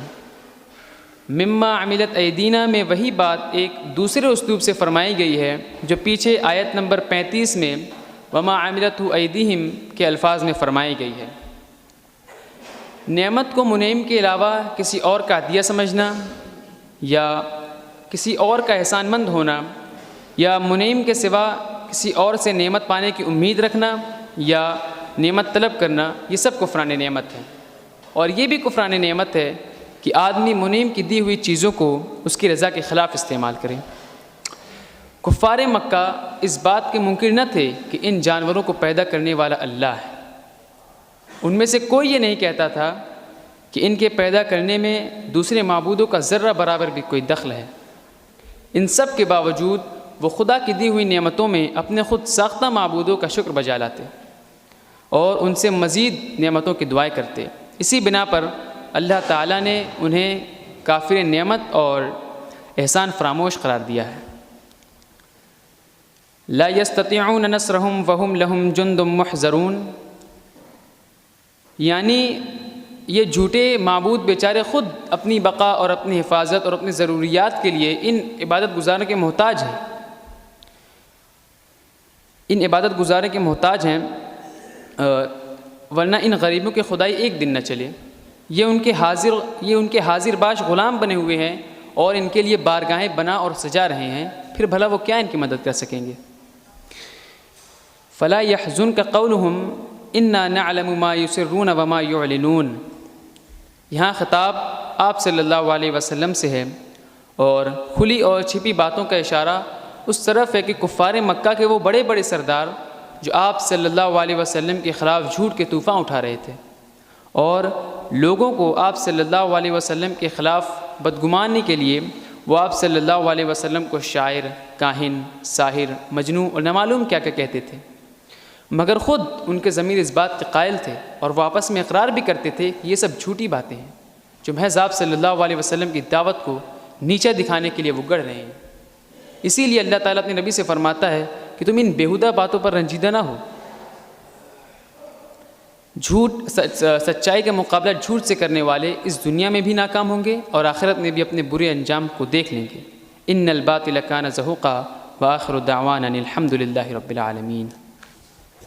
یہ تھے طالب علم عزیزی محمد شہریار اسرولی، اور اس کے بعد میں دعوت دیتا ہوں محمد احمد برولی تشریف لائیں اور سورہ زمر آیت نمبر 54 تا 62 کا درس دیں۔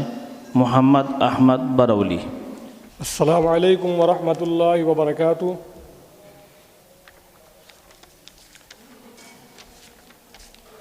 اعوذ باللہ من الشیطان الرجیم، بسم اللہ الرحمن الرحیم۔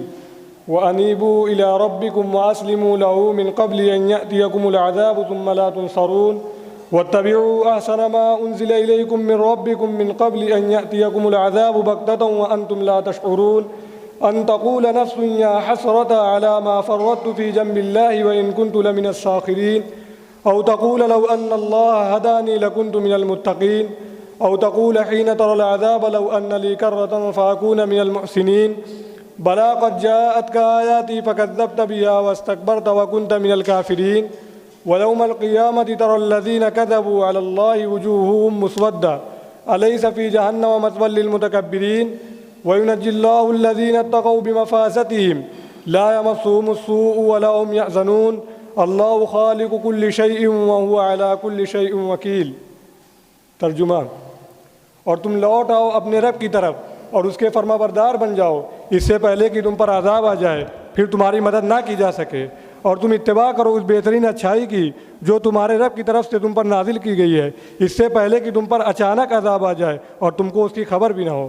کہیں ایسا نہ ہو کہ کوئی نفس یہ کہے ہائے افسوس میری اس کوتاہی پر جو میں نے اللہ کی جناب میں کی، میں تو مذاق اڑانے والوں میں سے تھا، یا وہ کہے کہ اگر اللہ مجھے ہدایت دیتا تو میں متقیوں میں سے ہوتا، یا وہ کہے جب عذاب دیکھ لے کہ اے کاش ایک بار پھر مجھے دنیا میں بھیج دیا جائے تو میں نیکی کرنے والوں میں سے ہو جاؤں۔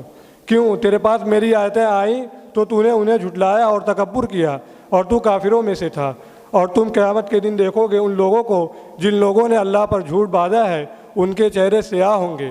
کیا جہنم میں تکبر کرنے والوں کا ٹھکانہ نہیں ہے؟ اور اللہ ان کو نجات دے گا جن لوگوں نے تقوی اختیار کیا، ان کے اسباب کامیابی کی وجہ سے ان کو نہ کوئی تکلیف پہنچے گی اور نہ وہ غمگین ہوں گے۔ اللہ ہی ہر چیز کا پیدا کرنے والا ہے اور وہی ہر چیز کا نگہبان ہے۔ محترم سامعین و صدر مجلس اور اساتذہ کرام، ابھی میں نے آپ کے سامنے سورہ زمر آیت نمبر 54 تا 62 کی تلاوت کی اور اس کا ترجمہ پیش کیا ہے۔ ان آیات میں جو پہلی 2 آیات ہیں ان میں یہ بات بتائی گئی ہے کہ اللہ تعالیٰ کی رحمت و مغفرت کو حاصل کرنے کی شرائط کیا ہیں جن کو مان لینے اور عمل کرنے کے بعد اللہ تعالیٰ کی رحمت اور مغفرت حاصل ہوگی۔ جو شرائط یہاں بیان کی گئی ہیں وہ 3 ہیں. نمبر 1 انابت اللہ، نمبر 2 اسلام اللہ، نمبر 3 اتباع قرآن. یہ نہ صرف 3 شرطیں ہیں بلکہ 3 صفتیں اور 3 حقیقتیں بھی ہیں جن کی تفصیل تو بہت ہے، مگر میں مختصر طور پر ان کی تشریح آپ کے سامنے بیان کروں گا. انابت اللہ کے معنی اللہ تعالیٰ کی طرف رجوع کرنا اور اللہ تعالیٰ کی طرف پلٹنا ہے. جو جس درجہ کا گناہ گار ہے اسی کے لحاظ سے اس کو رجوع کو توبہ قرار دیا جائے گا. فرض کیجئے کہ کوئی شخص کافر و مشرک ہے تو اس کے لیے لازم ہے کہ وہ اپنے کفر و شرک کو ترک کر کے فرض کیجئے کہ کوئی شخص کافر و مشرک ہے تو اس کے لیے لازم ہے کہ وہ اپنے کفر و شرک کو ترک کر کے اسلام اور توحید اختیار کرے. توبہ کے ساتھ جب نیک عمل شامل ہوتا ہے تب انابت وجود میں آتی ہے. سورہ فرقان کی آیت نمبر 71 میں یہ بات بتائی گئی ہے کہ وَمَن تَابَ وَعَمِلَ صَالِحًا فَإِنَّهُ يَتُوبُ إِلَى اللَّهِ مَتَابًا، کہ جس نے توبہ کی اور نیک عمل کیے تو اس نے ایسی توبہ کی جیسا کہ توبہ کرنے کا حق ہے. صرف زبان سے توبہ توبہ کہنا یہ توبہ نہیں ہے. توبہ کے معنی یہ ہے کہ انسان اپنے گناہوں پر نادم ہو اور ان گناہوں کو ترک کرے، پھر نیک عملی کی زندگی اختیار کیے. اسلام اللہ کے معنی یہ ہے کہ اللہ کے حوالے کرنا، یعنی انسان اپنی پوری زندگی اللہ تعالیٰ کے اطاعت میں دے دے، اس کا مطیع و منقاد بن جائے، اپنی زندگی کا کوئی ایسا گوشہ نہ چھوڑے جس میں اللہ تعالیٰ کے احکام اور اس کی مرضیات کا دخل نہ ہو. اتباع قرآن کا مفہوم یہ ہے کہ اللہ تعالیٰ کے احکام و امر کی مخلصانہ پیروی کی جائے، اور یہ بات اسی وقت ممکن ہے جب انسان نبی اکرم صلی اللہ علیہ وسلم کی حیات طیبہ کو اپنا نمونہ بنائے. اس کے بعد والی آیات میں ان لوگوں کے احوال کا نقشہ کھینچا گیا ہے جن لوگوں نے اس دعوت حق کو رد کیا. قیامت کے دن ان کی کیا حالت ہوگی؟ بتایا گیا ہے کہ وہ ندامت کا اظہار کریں گے، طرح طرح کے عذر پیش کریں گے اور اس دنیا کے اندر دوبارہ بھیجنے کی تمنا اور درخواست کریں گے. جو مذاق و نبی کی دعوت کا اڑاتے رہے، جو مذاق و قرآن کی آیتوں کا کرتے رہے، انہیں اس کے بارے میں قیامت کے دن ندامت ہوگی. وہ کف افسوس ملیں گے، لیکن وہاں کی ندامت اور وہاں ان کا کف افسوس ملنا بالکل بیکار ہوگا. اس کے بعد وہ اسی پر بس نہیں کریں گے بلکہ عذر پیش کریں گے کہ اگر اللہ ان کو ہدایت دیتا تو وہ ضرور اہل ایمان میں شامل ہو جاتے. ان کا یہ عذر کہ اگر اللہ ان کو ہدایت دیتا تو وہ اہل ایمان میں شامل ہو جاتے. ان کے جواب میں اللہ تعالیٰ نے یہ کہا ہے کہ بلا قد کا آیا تھی فکذبت بہا واستکبرت وکنت من الکافرین، کہ میری آیت تو تیرے پاس آ چکی تھی پر تو نے انہیں جھٹلایا اور تکبر کیا اور تو کافروں میں شامل رہا. یعنی تمہارا یہ عذر کہ اگر اللہ تمہیں ہدایت دیتا تو تم متقی بن جاتے، ناقابل قبول ہے. اور تمہاری یہ تمنا کہ تمہیں دنیا میں پھر بھیج دیا جائے وہ اب ناممکن ہے، کیونکہ جو مہلت عمل دی گئی وہ اب پوری ہو گئی، اب تو صرف اس کی جزا و سزا کا معاملہ درپیش ہے. اس کے بعد والی آیات میں ان لوگوں کا انجام بیان کیا گیا ہے جن لوگوں نے اس دعوت حق کو قبول کیا اور اللہ تعالیٰ کی اطاعت و فرما برداری میں اپنی زندگی بسر کی، اور جب ان سے کوئی قصور ہوا تو فوراً توبہ کی اور اللہ تعالیٰ کی طرف پلٹتے رہے. ان تمام نیک کاموں کے بدلہ میں اللہ تعالیٰ آخرت میں ان کو اپنی رحمت و مغفرت اور اپنی جنت دے گا. اس کے بعد آخری آیت میں اللہ تعالیٰ نے اپنی قدرت، اپنی نگہبانی کا اعلان کیا ہے کہ اللہ ہی سب کو پیدا کرنے والا ہے، اسی کے ساتھ ساتھ وہ ان تمام چیزوں کا نگہبان بھی ہے. یہ حقیقت انسان کو خبردار کرتی ہے کہ وہ خود کو اپنے امور کا مختار کل نہ سمجھ لے. ساری نعمتیں اللہ تعالیٰ کی ہے، وہ جسے جو کچھ چاہتا ہے دیتا ہے اور جو چاہتا ہے روک لیتا ہے. اللہ پاک ہم سب کو گناہوں سے توبہ اور نیک عمل کرنے کی توفیق عطا فرمائے. وآخر دعوانا ان الحمدللہ رب العالمین. جزاکم اللہ. یہ تھے طالب علم محمد احمد برولی. اگلے مساہم کو دعوت دیتا ہوں محمد سیف سندوری، ڈائس پہ تشریف لائیں اور سورہ زمر آیت نمبر 54 تا 62 کا درس دیں.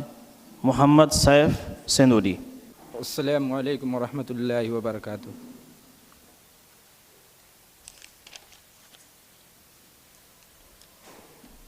اعوذ باللہ من الشیطان الرجیم. بسم اللہ الرحمن الرحیم. وَأَنِيبُوا إِلَىٰ رَبِّكُمْ وَأَسْلِمُوا لَهُ مِن قَبْلُ أَن يَأْتِيَكُمُ الْعَذَابُ ثُمَّ لَا تُنصَرُونَ. وَاتَّبِعُوا أَحْسَنَ مَا أُنزِلَ إِلَيْكُم مِّن رَّبِّكُم مِّن قَبْلُ أَن يَأْتِيَكُمُ الْعَذَابُ بَغْتَةً وَأَنتُمْ لَا تَشْعُرُونَ. أَن تَقُولُ نَفْسٌ يَا حَسْرَتَ عَلَىٰ مَا فَرَّطتُ فِي جَنبِ اللَّهِ وَإِن كُنتُمْ لَمِنَ الصَّاخِرِينَ. أو تقول لو أن الله هداني لكنت من المتقين.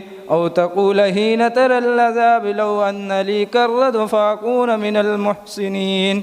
بلى قد جاءتك آيات فكذبت بها واستكبرت وكنت من الكافرين ويوم القيامة ترى الذين كذبوا على الله وجوههم مسودة أليس في جهنم مثوى للمتكبرين وينجي الله الذين اتقوا بمفازتهم لا يمسهم السوء ولا هم يحزنون الله خالق كل شيء وهو على كل شيء وكيل. اور تم رجوع کرو اپنے رب کی طرف اور فرما بردار ہو جاؤ اس کے قبل اس سے کہ تم پر عذاب آ پڑے اور تم کو اس کی خبر نہ ہو، اور تم اتباع کرو اس اچھی چیز کی جو تمہاری جانب نازل کی گئی تمہارے رب کی طرف سے، یہ کہ تم پر عذاب آ پڑے اچانک اور تم اسے خبردار نہ ہو. اور کہا ہائے افسوس، ہم نے اللہ کے حق میں کوتاہی کی اور ہم تھے مذاق اڑانے والوں میں سے. اور کہا ان لوگوں نے، اور کہا بے شک اللہ اگر ہدایت دیتا ہم کو تو ہم بھی متقیوں میں سے ہوتے، اور اگر وہ عذاب کو دیکھ لے تو کہیں گے کاش ایک مرتبہ ہمیں پھر سے دنیا میں جانے کا موقع ملے تو ہم لوگ اپنے آپ کو نیکوکاروں میں شامل کر لیتے ہیں. کیا تمہارے پاس آئی ہماری آیتیں پس تم نے جھٹلایا اس کو اور استکبار کیا اور تم تھے کافروں میں سے. اور قیامت کے دن تم دیکھو گے جنہوں نے جھوٹ باندھا اللہ پر ان کے چہرے سیاہ ہوں گے. کیا تکبر کرنے والوں کا ٹھکانہ جہنم نہیں ہے؟ اور نجات دے گا اللہ ان لوگوں کو جنہوں نے تقوی اختیار کیا اور اس کی کامیابی میں اس کو نہ ہی کوئی تکلیف لاحق ہوگی اور نہ وہ غمزدہ ہوں گے. اللہ ہی پیدا کرنے والا ہے ہر چیز کو اور وہی ہر چیز پر اور وہی ہر چیز کا نگہبان ہے. محترم سامعین اکرام اور عزیز ساتھیوں، میں نے ابھی جو آیت پڑھی ہے اس کے شروع کی 2 آیت میں اللہ تعالیٰ کی طرف رجوع کرنے کے بارے میں بتایا گیا ہے، جس میں بتایا گیا کہ اللہ تعالیٰ کی طرف رجوع کرنے کی کچھ شرائطیں ہیں، اور وہ شرائطیں 3 ہیں. نمبر 1 انابت اللہ، نمبر 2 اسلام اللہ، نمبر 3 اتباع قرآن. یعنی انابت اللہ اور اسلام اللہ اور اتباع قرآن کے بغیر اللہ کی طرف رجوع نہیں کر سکتے. انابت اللہ کے معنی ہے جو شخص اللہ کی طرف رجوع کرے اور پلٹے، یعنی توبہ اور عمل صالح کے ذریعے جو شخص اللہ کی طرف پلٹے اسے انابت اللہ کہتے ہیں. اور نمبر 2 اسلام اللہ کے معنی ہے اپنے آپ کو اللہ کے حوالے کر دینا، یعنی کہ اللہ ہی کے لیے جینا ہے، اللہ ہی کے لیے مرنا ہے، اور تمام زندگی اللہ کے مطیع اور فرما بردار بن جانا. اور کوئی ایسا غوثہ تمہاری زندگی میں نہ ہو جو اللہ کے حکم اور اس کے امروں میں داخل نہ ہو. اور نمبر 3 اسلام اتباع قرآن، یعنی قرآن میں جو کچھ اللہ تعالیٰ نے بیان کیا ہے اس کی اتباع کرنا، پیروی کرنا. اور یہ بات اسی وقت ممکن ہوگی جب کوئی شخص نبی کریم صلی اللہ علیہ وسلم کی حیات زندگی پر کا اپنا نمونہ بنائے.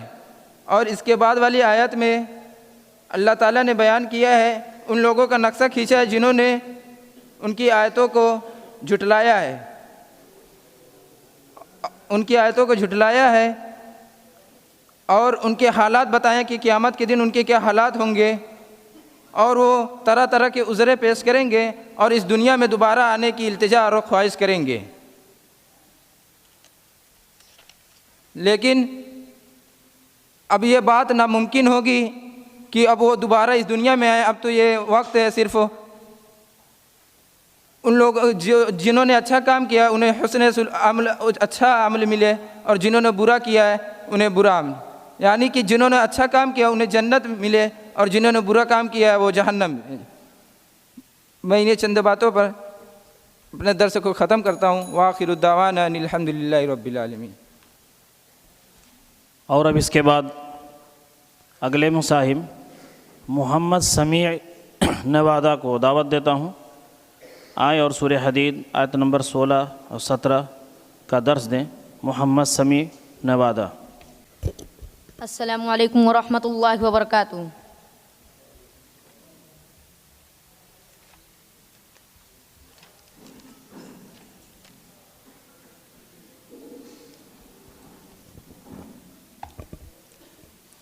اعوذ باللہ من الشیطان الرجیم، بسم اللہ الرحمن الرحیم۔ ألم يأن للذين آمنوا أن تخشع قلوبهم لذكر الله وما نزل من الحق ولا يكونوا كالذين أوتوا الكتاب من قبل فطال عليهم الأمد فقست قلوبهم وكثير منهم فاسقون اعلموا أن الله يحيي الأرض بعد موتها قد بينا لكم الآيات لعلكم تعقلون۔ جناب صدر مجلس، معزز سامعین کرام اور حکم صاحبان اور حضرات اساتذہ کرام، ابھی میں نے آپ لوگوں کے سامنے سورہ حدید آیت نمبر 16 تا 17 کی تلاوت کی ہے، جس کا ترجمہ یہ ہے: کیا ایمان لانے والوں کے لیے ابھی وہ وقت نہیں آیا کہ ان کے دل اللہ کے ذکر سے پگھلیں اور اس کے نازل کردہ حق کے آگے جھکیں، اور وہ ان لوگوں کی طرح نہ ہو جائے جنہیں اس سے پہلے کتاب دی گئی تھی، پھر ان پر ایک لمبی مدت گزر گئی اور ان کے دل سخت ہو گئے اور ان میں سے زیادہ تر فاسق بنے ہوئے ہیں۔ خوب جان لو کہ اللہ زمین کو اس کی موت کے بعد زندگی بخشتا ہے۔ ہم نے نشانیاں تم کو صاف صاف دکھا دی ہیں تاکہ تم عقل سے کام لو۔ محترم حضرات، قرآن کریم کی اس آیت کی تفسیر سے پہلے ہمیں یہ بات جان لینے ضروری ہے کہ نزول قرآن کے وقت آیت کا پس منظر جو بھی ہو، لیکن قرآن پڑھنے اور سمجھنے والے ضرور سمجھ لیں کہ آیت کا مخاطب ہم بھی ہیں، جس طرح اس کے نزول کے وقت کے لوگوں کو ڈرایا گیا ہے۔ محترم حضرات، اس آیت میں دو گروہوں کا ذکر کیا گیا ہے، ایک مومن اور دوسرا منافق، لیکن دونوں کو آمینوں سے خطاب کیا گیا۔ یہ قرآن کا خاص اسلوب بیان ہے۔ الذین آمنوا کے الفاظ تو عام ہیں، لیکن ان سے مراد تمام مسلمان نہیں، بلکہ مسلمانوں کا وہ خاص گروہ ہے جو ایمان کا اقرار کر کے اللہ کے رسول صلی اللہ علیہ وسلم کے ماننے والوں میں شامل ہو گیا تھا، لیکن اس کے باوجود اس کا دل اسلام کے درد سے خالی تھا۔ آنکھوں سے دیکھ رہا تھا کہ کفر کی تمام طاقت اسلام کو مٹا دینے پر تلی ہوئی ہے۔ چاروں طرف سے انہوں نے اہل ایمان کی مٹھی بھر جماعت کو اپنے نرغے میں لے رکھا ہے۔ گوشے گوشے سے مظلوم مسلمان سروسامانی کی حالت میں مدینہ کی طرف پناہ لینے کے لیے بھاگے چلے جا رہے ہیں۔ دشمنوں کے مخلص مسلمانوں کی کمر ان مظلوموں کا سہارا دیتے دیتے ٹوٹی جا رہی ہے، اور دشمنوں کے مقابلے میں بھی یہی مخلص مومن سر بکف ہیں۔ حضرات و سامعین، موجودہ حالات بھی انہی حالات سے ملتے جلتے ہیں۔ ایک طرف نہتے فلسطینی بے سر و سامانی کی حالت میں مسجد اقصیٰ کی واپسی کے لیے اپنی جانوں کا نذرانہ پیش کر رہے ہیں، تو دوسری طرف شاہان عرب بے شرمی کا لبادہ اوڑے بیٹھے ہیں۔ مظلوم فلسطینیوں کی آہ ان کے کانوں تک نہیں پہنچتی، جس کا نتیجہ یہ ہوا کہ اسرائیل کی درندگی دن بدن بڑھتی جا رہی ہے۔ مگر کیا مجال کہ عالم عرب دکھانے کے لیے ہی صحیح ان سے ہمدردی اور تعاون اختیار کرتے۔ کیا ابھی وہ وقت نہیں آیا کہ شاہان عرب متحد ہو کر اسلام اور مسلمانوں کی بقا کے لیے اٹھ کھڑے ہوں؟ کیا ایک سچے مسلم کا یہی رویہ ہونا چاہیے کہ اسلام اور اہل اسلام پر برا وقت آئے اور وہ ذرا بھی قرب محسوس نہ کریں؟ حضرات و سامعین، حدیث رسول صلی اللہ علیہ وسلم ہے جس کا مفہوم یہ ہے: اہل ایمان کی مثال ایک پورے جسم کی طرح ہے۔ اگر جس کے کسی معمولی عضو کو کوئی بھی تکلیف پہنچتی ہے تو سارا جسم پریشانی اور بے چینی کی حالت میں مبتلا ہو جاتا ہے۔ حضرات و سامعین، حقیقت تو یہ ہے کہ ایمان لانے کے بعد ایمان کی حفاظت و بقا کے لیے بے چین رہنا ہی حقیقی ایمان ہے۔ بات تلخ ہی صحیح لیکن حقیقت یہ ہے کہ ایمان لانے کے باوجود آدمی اپنے نفس کے تقاضوں سے مجبور ہو کر غفلت اور لاپرواہی میں مبتلا ہو کر نفاق کے کام بھی کرنے لگتا ہے۔ ہمارے سامنے اسلام اور شعار اسلام کی دھجیاں اڑائی جاتی ہیں، تھوڑی دیر کے لیے ہمیں برا ضرور لگتا ہے، لیکن پھر ہم اپنے غفلت و لاپرواہی کے رویے پر ڈر جاتے ہیں، ایسی کوئی تدبیر ہی نہیں کرنا چاہتے کہ آئندہ وہ صورتحال دوبارہ نہ پیدا ہونے پائے۔ حضرات و سامعین، یہ آیت ایسے تمام لوگوں کو جھنجھوڑتی ہے کہ بھلا دعوی ایمان کے ساتھ ان باتوں کا کیا جوڑ؟ کیا ایک سچے مسلمان کا دل ایسا ہی بے حس اور بے غیرت اور لاپرواہ ہوتا ہے؟ یہ آیت ہمارے لیے بڑے عبرت کی آیت ہے، کیونکہ دل ہی انسان کو برائی اور بھلائی اور برائی کی طرف لے جاتا ہے۔ معزز سامعین کرام، کیونکہ دل ہی انسان کو بھلائی اور برائی کی طرف لے جاتا ہے۔ قرآن مجید میں اللہ نے دل کی مختلف اقسام بیان کی ہے۔ نمبر 1 سخت دل، یہ ایسے دل ہیں جو عبرت کی بڑی بڑی نشانیاں دیکھنے کے باوجود بھی سخت ہی رہتے ہیں، پگھلتے ہی نہیں۔ اس کا ذکر سورہ بقرہ آیت نمبر 74 میں ہے۔ نمبر 2 زنگ آلود دل، اعمال بد کی وجہ سے لوگوں کے دلوں پر زنگ چڑھ جاتا ہے، اور جس کا نتیجہ یہ ہوتا ہے کہ لوگوں کو حق بات بھی افسانہ ہی نظر آنے لگتی ہے۔ لرز اٹھنے والے دل، یہ ایسے دل ہیں، سچے اہل ایمان وہ ہیں جن کے دل اللہ کی آیات سن کر لرز اٹھتے ہیں۔ اسی طرح دلوں کی اور بھی اقسام ہیں۔ ہمیں اپنے دل کا جائزہ لینا چاہیے کہ ہمارا دل کون سا دل ہے۔ رسول اللہ صلی اللہ علیہ وسلم کا ارشاد ہے، انسان کے جسم میں ایک گوشت کا لوتھڑا ہے، اگر وہ انسان کے جسم میں ایک گوشت کا لوتھڑا ہے، اگر وہ بگڑ گیا تو سارا جسم بگڑ گیا، اگر وہ درست ہو گیا تو سارا جسم درست ہو گیا۔ جان لو یہ قلب ہے۔ اعلموا ان اللہ یحیی الارض بعد موتها قد بینا لکم الآیات لعلکم تعقلون۔ آخر دعوانا الحمد للہ رب العالمین۔ السلام علیکم ورحمۃ اللہ وبرکاتہ۔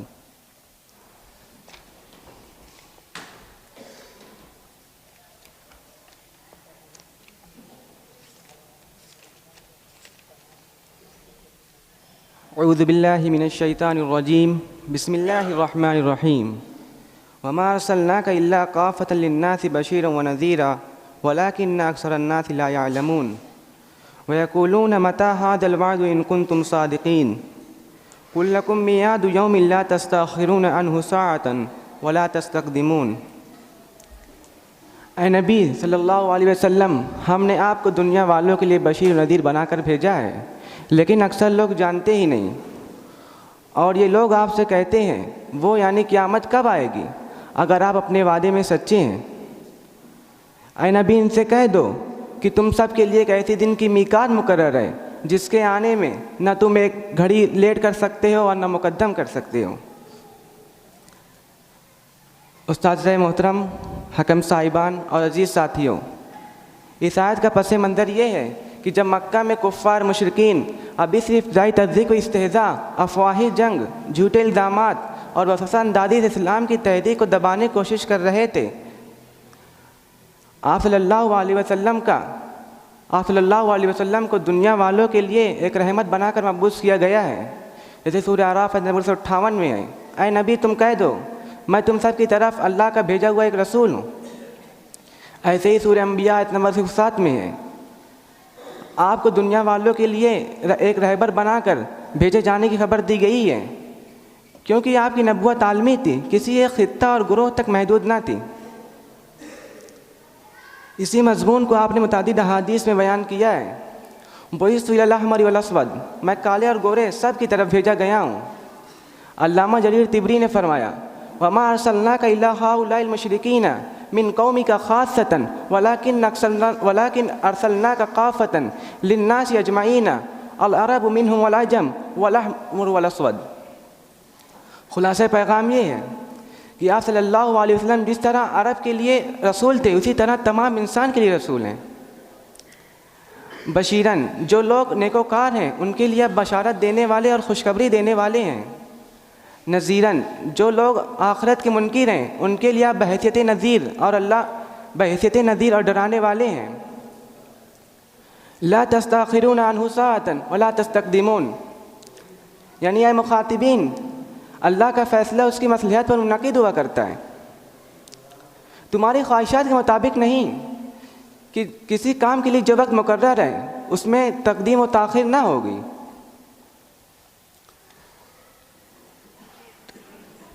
خلاصہ پیغام یہی ہے کہ آپ صلی اللہ علیہ وسلم دنیا والوں کے لیے عالمی نبی اور رسول ہیں. آپ صلی اللہ علیہ وسلم دنیا والوں کے لیے ایک بشیر کے ساتھ نذیر بنا کر بھیجے گئے ہیں. جو لوگ آخرت کے منکر تھے ان سے کہا گیا ہے تمہاری خواہشات کے مطابق نہیں کہ جسے چاہو تم آخرت جسے چاہو تم تقدیم و تاخیر کر سکو. یہ کار نبوت کی سلسلہ قیامت تک آنے والے مسلمانوں پر ہے اور ہمیں اپنے اخلاق و کردار سے چاہیے کہ ہم اسے جاری رکھیں. وآخر دعوانا الحمد للہ رب العالمین. شکریہ عزیز طالب علم نے ہمارا 2 منٹ بچا دیا. اور میں آخری مساہم محمد احد راجہ پور سکرور کو دعوت دیتا ہوں وہ تشریف لائیں اور درس دیں. سورہ زمر 54 تا 62 سورہ زمر آج 54 تا 62 کا درس دیں گے محمد احد راجہ پور سکرور. السلام علیکم ورحمۃ اللہ وبرکاتہ.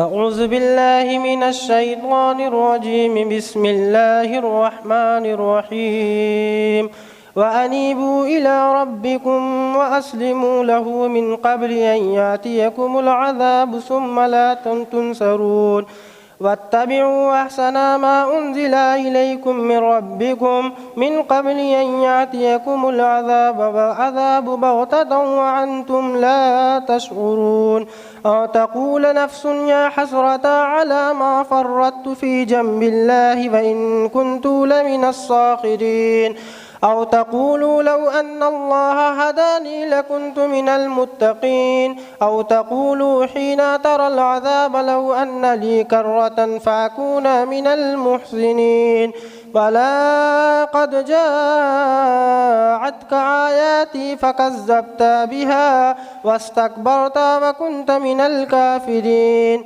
ويوم القيامة ترى الذين كذبوا على الله وجوههم مسودة أليس في جهنم مثوى للمتكبرين وينجي الله الذين اتقوا بمفازتهم لا يمسهم السوء ولا هم يحزنون الله خالق كل شيء وهو على كل شيء وكيل صدق الله العظيم. اور تم رجوع ہو جاؤ اپنے رب کی طرف اور اس کی فرما برداری کرو اس سے پہلے کہ تم پر عذاب آ جائے اور تمہاری مدد نہ کی جاوے. اور تم اتباع کرو اس اچھی چیز کی جو نازل کی گئی ہے تمہاری طرف تمہارے رب کی طرف سے اس سے پہلے کہ اچانک تم پر عذاب آ جائے اور تم کو کوئی شعور نہ ہو. یا کہے کوئی نفس کوئی جی کہے ہائے حسرت جو میں نے اللہ کے حق میں کوتاہی کی اور میں ہنسنے والوں میں سے رہا. یا کہے کہ اگر اللہ مجھے ہدایت دیتا تو میں متقیوں میں سے ہو جاتا. یا کوئی نفس کہے جب عذاب دیکھے کہ اگر میرے لیے دنیا میں دوبارہ لوٹایا جانا ہوتا تو میں اچھے لوگوں میں سے ہو جاتا محسنین ہو جاتا. کیوں نہیں یقیناً تمہارے پاس آئی تھی ہماری آیتیں تو تم نے جھٹلایا اور اس کا استکبار کیا اور تم تھے انکار کرنے والوں میں سے. اور قیامت کے دن تم دیکھو گے ان لوگوں کو جنہوں نے جھٹلایا اللہ پر جھوٹ باندھا ان کے چہرے سیاہ ہوں گے. کیا نہیں ان کا ٹھکانہ جہنم ہوگا؟ متکبرین کا ٹھکانہ جہنم نہیں ہوگا. اور اللہ نجات دے گا ان لوگوں کو جو ڈرتے ہیں اللہ سے جنہوں نے تقوی اختیار کیا ان کی کامیابی کے ساتھ ان کو نہ چھوئے گی اس میں کوئی برائی اور نہ وہ غمگین ہوں گے. اللہ پیدا کرنے والا ہے ہر چیز کو اور وہ ہر چیز پر نگہبان ہے. تم اللہ وَأَنِيبُوا إِلَىٰ رَبِّكُمْ وَأَسْلِمُوا لَهُ مِنْ قَبْلِ أَنْ يَأْتِيَكُمُ الْعَذَابُ ثُمَّ لَا تُنْصَرُونَ تم اللہ تعالیٰ کی طرف رجوع کرو، یعنی جو اللہ تعالیٰ نے احکام بتائے ہیں، جو اللہ تعالیٰ کے احکام ہیں، تم اللہ تعالیٰ کے دین پر پوری طرح سے جم جاؤ۔ ادخلوا فی السلم کافہ، تم پورے کے پورے اسلام میں داخل ہو جاؤ۔ اس سے پہلے اور اللہ تعالیٰ کی فرما برداری کرو، اللہ تعالیٰ نے جو احکام بتائے ہیں اس پر عمل کرو، اس کی پیروی کرو، اس سے پہلے کہ عذاب آ جائے اور تمہاری مدد نہ کی جاوے گی۔ واتبعوا احسن ما انزل الیکم من ربکم من قبل ان یاتیکم العذاب بغتۃ وانتم لا تشعرون، اور تم اچھائی کی اتباع کرو جو تمہارے رب کی طرف سے نازل کی گئی ہے، یعنی قرآن مجید جو نازل کیا گیا ہے، اللہ تعالیٰ نے قرآن میں جو بتایا ہے، جو اللہ تعالیٰ نے قرآن نازل کیا ہے اس میں جو کچھ اپنے احکام کو بتایا ہے اس پر عمل کرو، اور وہ سب سے اچھی چیز ہے اور سب سے بہترین چیز ہے اللہ تعالیٰ کے نزدیک۔ اور اگر تم ایسا نہیں کرو گے تو تم پر اچانک عذاب آ جائے گا اور تم ہنستے کھیلتے ہوگے، کھاتے پیتے ہوگے، عذاب آئے گا اور تم کو کوئی تمہاری عقل کام نہیں کرے گی۔ یا پھر جب عذاب آ جائے گا تو کوئی نفس کہے گا ہائے حسرت، جب عذاب کو دیکھے گا تو کہے گا ہائے حسرت، تباہی ہے، بربادی ہے مجھ پر کہ میں نے اللہ تعالیٰ کے حق میں کوتاہی کی اور میں ہنسنے والوں میں سے رہا، اپنی دنیا میں مست و مگن رہا، جو کچھ اللہ تعالیٰ کے احکام تھے میں نے اللہ تعالیٰ کے احکام کی پابندی نہیں کی۔ یا کوئی نفس کہے کہ اگر اللہ تعالیٰ مجھے ہدایت دیتا تو میں متقیوں میں سے ہو جاتا، پرہیزگاروں میں سے ہو جاتا۔ اللہ تعالیٰ نے قرآن کو خود اللہ تعالیٰ نے کہا ہے ھدی للناس، قرآن لوگوں کے لیے ہدایت ہے۔ جب آدمی چاہے گا اپنے آپ کو، جس چیز میں اپنے آپ کو بڑھانا چاہے گا تو اسی میں اللہ تعالیٰ اس کو بڑھاتا ہے۔ جب انسان اچھی طرح اچھائی کی طرف جائے گا یا اللہ تعالیٰ کی طرف رجوع کرے گا تو خود بخود اللہ تعالیٰ اس کو اپنی طرف جو ہے کہ اچھائی کا راستہ کھولیں گے اس کے لیے اور اس کو ہدایت خود بخود ملے گی۔ یا جب دیکھے عذاب کو کہے کہ اگر میرے لیے دوبارہ لوٹا جانا ہوتا دنیا میں سے میں اچھا ہو جاتا، نیکوکار بن جاتا، تو یہ پچھتانا کسی کام کا نہیں ہے، پچھتانا کوئی کام نہیں ہوگا۔ اس لیے ہم کو ضرورت اس بات کی ہے کہ اللہ تعالیٰ نے قرآن میں جو احکام بتائے ہیں اور اس پر ہمیں عمل کرنا چاہیے، اور جو کچھ اللہ تعالیٰ نے بتایا ہے اس کی پوری پابندی کرنی چاہیے قرآن میں جو اللہ تعالیٰ نے بتایا ہے۔ بلا قد جاءتک آیاتی فکذبت واستکبرت وکنت من الکافرین، کیوں نہیں؟ تو اللہ تعالیٰ اس کے جن لوگوں پر عذاب ہوگا جب وہ یہ سب کہیں گے تو اللہ تعالیٰ ان کو جواب دے گا بلا قد جاءتک آیاتی فکذبت واستکبرت بہا واستکبرت وکنت من الکافرین، کیوں نہیں؟ بتاؤ جو ہے کہ ہماری آیتیں تمہاری طرف نہیں آئی تھی، ہم نے رسول نہیں بھیجا تھا، ہم نے اپنی آیتوں کو نہیں بھیجا تھا، لیکن تم تو ہنستے رہے، تم اس کا انکار کرتے رہے، اس کو جھٹلاتے رہے، اور تم تکبر کرنے والوں میں سے تھے اور تم اس کا انکار کرنے والوں میں سے تھے۔ وَيَوْمَ الْقِيَامَةِ تَرَى الَّذِينَ كَذَبُوا عَلَى اللَّهِ وُجُوهُهُمْ مُسْوَدَّةٌ أَلَيْسَ فِي جَهَنَّمَ مَثْوًى لِلْمُتَكَبِّرِينَ، اور قیامت کے دن تم دیکھو گے ان لوگوں کو جنہوں نے اللہ تعالیٰ پر جھوٹ باندھا، یعنی اللہ تعالیٰ نے جو بات کہی ہے اس کو کہتے ہیں کہ اللہ تعالیٰ نے یہ بات نہیں کہی ہے، اس کو، اور جو بات اللہ تعالیٰ نے نہیں کہی ہے اس کو کہتے ہیں اللہ تعالیٰ نے یہ بات کہی ہے، تو اسی کو کہتے ہیں اللہ تعالیٰ پر جھوٹ باندھنا۔ اور جو شخص ایسا کرے گا اس کا چہرہ قیامت کے دن سیاہ ہو جائے گا، اور ان کا ٹھکانہ، کیا ان کا ٹھکانہ جہنم نہیں ہے؟ ان کا یعنی کہ ان کا ٹھکانہ جہنم ہی ہوگا۔ وَيُنَجِّي اللَّهُ الَّذِينَ اتَّقَوْا بِمَفَازَتِهِمْ لَا يَمَسُّهُمُ السُّوءُ وَلَا هُمْ يَحْزَنُونَ، اور نجات دے دے گا اللہ تعالیٰ ان لوگوں کو اللہ تعالیٰ نجات دے گا جو تقوی اختیار کریں گے، ڈرتے ہیں اللہ تعالیٰ سے ان کی کامیابی کے ساتھ، اور وہ ایک دم عیش مست و مگن ہوں گے، ان کو اس میں کوئی برائی اس دن نہیں چھوئے گی اور وہ غمگین بھی نہیں ہوں گے، یعنی ماضی کے تمام جو ہے کہ وہ سب بھول گئے ہوں گے۔ میں ان چند باتوں پر اپنی بات کو ختم کرتا ہوں۔ آخر دعوانا الحمدللہ رب العالمین۔ اس کے ساتھ ہی مساہمین کی فہرست یہیں تمام ہوتی ہے، اور صدر جلسہ کو دعوت دینے سے پہلے میں تمام مساہمین کا شکریہ ادا کرتا ہوں کہ انہوں نے وقت کا لحاظ رکھا اور ہمارا تعاون کیا، جس کی وجہ سے وقت کے اندر پروگرام ختم کرنے میں ہم کامیاب ہوئے۔ اس مسابقے کا دوسرا سیشن انشاءاللہ بعد نماز عصر ٹھیک 4 بجے شروع ہو جائے گا۔ تمام لوگوں سے گزارش ہے کہ وہ عصر کے بعد جتنی جلد ممکن ہو پروگرام ہال میں تشریف لے آئیں، اور اس پروگرام کے اختتام کے بعد چائے کا انتظام ہے. یہیں اس کے سامنے والے اساتذہ کے ڈائننگ ٹیبل پر اساتذہ اور مہمانان چائے خانے پہ تشریف لے چلیں گے، یعنی چائے کا انتظام جہاں وہاں تشریف لے چلیں گے. اس کے بعد عصر کی نماز پڑھیں گے. اور میں اب بلا تاخیر استاذ محترم اور صدر جلسہ جناب مولانا عمر اسلم اصلحی صاحب کو دعوت دیتا ہوں، ان سے گزارش کرتا ہوں کہ وہ تشریف لائے صدارتی کلمات کے لیے. بسم اللہ الرحمن الرحیم. اسٹیج پر تشریف فرما ذمہ داران پروگرام، حضرات اساتذہ کرام اور عزیز طلبہ، اذان ہو گئی ہے اس لیے صدارتی کلمات کی گنجائش نہیں. بس ایک گزارش تو یہ ہے اپنے مساہم طلبہ سے کہ آپ کی ایک روایت رہی ہے وقت کی پابندی، اس روایت کو برقرار رکھیے.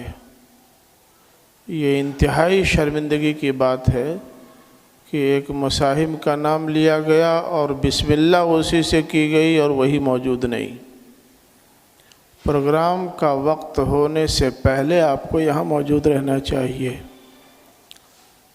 دوسری بات یہ عرض کرنی ہے کہ یہ تو نقد انعام پاتے چلے جا رہے ہیں، یہ مت سمجھیے گا کہ پوزیشن متعین نہیں ہوگی.